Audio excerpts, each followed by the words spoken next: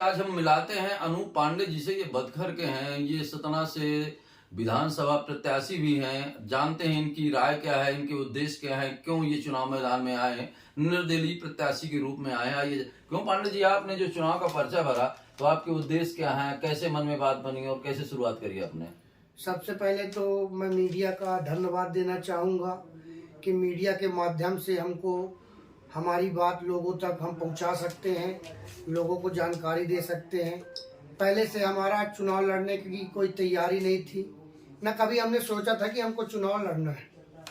एक हमको बजरंगबली का आदेश हुआ और उस आदेश के पालन में मैं लग गया, क्योंकि मैं बजरंगबली के आदेश की अवहेलना कभी नहीं कर सकता।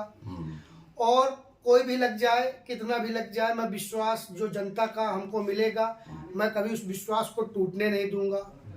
और जो जनता की भावनाएं हैं, उन भावनाओं को हमेशा मैं ये चाहूँगा कि उन भावनाओं का कद्र हो। और इस मैदान में हमको ये लगता है, जो चुनाव चल रहा है, ये व्यक्तिगत संबंध देखे जाएंगे। यहाँ पे पार्टियों का कोई रोल नहीं है।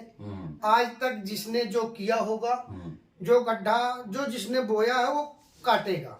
तो यहाँ पे संबंधों की लड़ाई है और वर्चस्व की लड़ाई है, अपने स्वाभिमान की लड़ाई है। हम तो ये चाहेंगे कि अभी तक जो जनता ये नहीं सोच पाई कि उसको क्या करना है, अब उसको सोचने की यहाँ पे जरूरत है। इसलिए जरूरत है कि जो हमारे बीच में हमारे मुखिया हैं, हम जिनको चुन के हमारा जो विश्वास थे, जिनको हमने भेजा, वो विश्वास में हमारे खड़े नहीं उतर रहे हैं। इस कारण से हमें निर्दलीय प्रत्याशी बन के जनता के बीच में आना पड़ा, ताकि हम जनता की सेवा करके, और जो हमको 84 लाख योनियों में मनुष्य का तन मिला है, इसको हम सार्थक कर लें। एक सूझी नहीं जाती साथ में, पता नहीं लोग बाग 1000 करोड़ 5000 करोड़ ऐसे घोटाले करके अपना जीवन बना रहे हैं कि अपना जीवन बिगाड़ रहे हैं, हम ये नहीं जानते।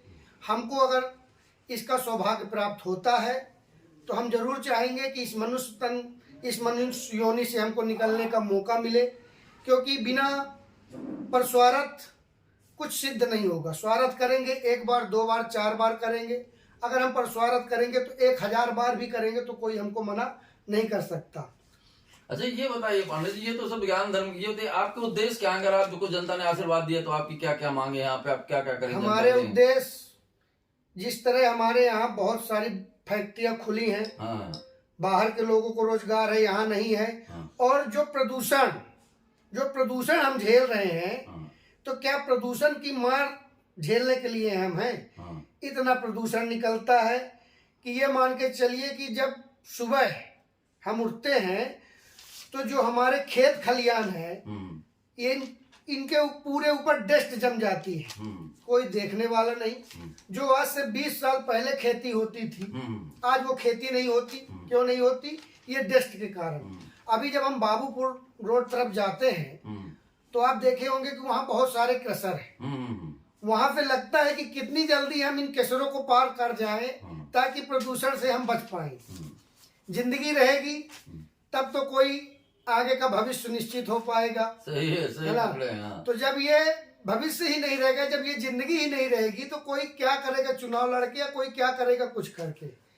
पांडे जी का कहना है कि सबसे मूल्यवान वस्तु जीवन है। प्रदूषण इतना है हमारे क्षेत्र में कि लोग सांस लेना दूभर है, लोगों को फेफड़े की बीमारी हो रही है, पर सरकार और प्रबंधन और प्रदूषण नियंत्रण बोर्ड ने कभी ये नहीं ध्यान दी कि 20 शहर में सीमेंट फैक्ट्री है और रोड के किनारे सारे क्रशर मशीनें हैं, जिससे जीना दूभर है। अगर मुझे जनता ने आशीर्वाद दिया तो इनका निवारण तो मैं कर ही दूंगा।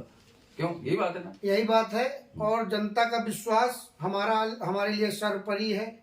जो विश्वास जनता एक बार जताएगी, जो विश्वास हम जनता के बीच में जाके जो सेवा भाव हम जता रहे हैं, हम चाहेंगे कि ये सेवा भाव हमेशा हमारे बने रहे। हमको कोई भी पद मिल जाए, प्रतिष्ठा मिल जाए, गरिमा मिल जाए, लेकिन हम जो जमीन से चले हैं उसी जमीन में हमेशा रहें। यही पांडे जी का कहना है कि कोई भी पद मुझे मिल जाए, कोई भी प्रतिष्ठा मिल जाए, पर मैं जिस जमीन से जुड़ा हूँ, जमीन का आदमी हूँ, जमीन के लोगों के साथ जुड़ा हूँ, उनके लिए मैं हमेशा वही अनूप तत्पर पांडे है। रहूंगा। जो आज हूँ, जो कल हूँ, वो परसों, मुझ में बदलाव नहीं आएगा। मैं भ्रष्टाचार के दूर ही रहूंगा, भ्रष्टाचार मुक्त सतना चाहता हूँ। मैं उमेश गौतम, समग्र प्रदेश।